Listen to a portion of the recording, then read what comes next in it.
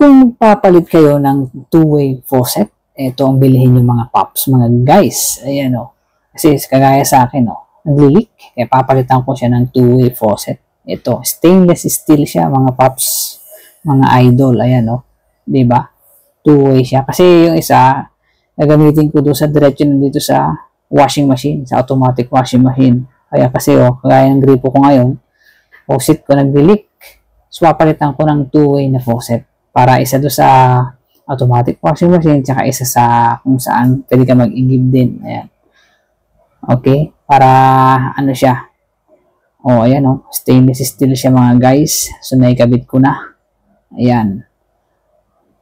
O, ayan o. Yung isa, nilagyan ko ng hose yan. Kung daw, pwede yung kung maglalaba ka, papunta yun sa batya. Ito naman is yung ayan o. Punta yan. Yan, nalagyan ko yan ng hose papunta sa automatic washing machine para sarili niya. Ito. Okay, mga guys, nandiyan yan sa basket. Ano? Stainless steel na two-way faucet. Ayan. Okay. Thank you for watching. Napaka, ano na ito, reliable. Meron pa siyang extension. Okay, tanggalin mo lang yun. Pwede kang magsuot doon ng hose.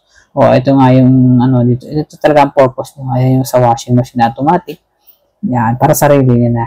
Diretso yan sa automatic na washing machine. Tapos yung isa doon sa ilalim, yan, kung halimbawa, mag-iigib ka dyan, pwede, yun ang gagamitin mo. Okay? Two-way faucet.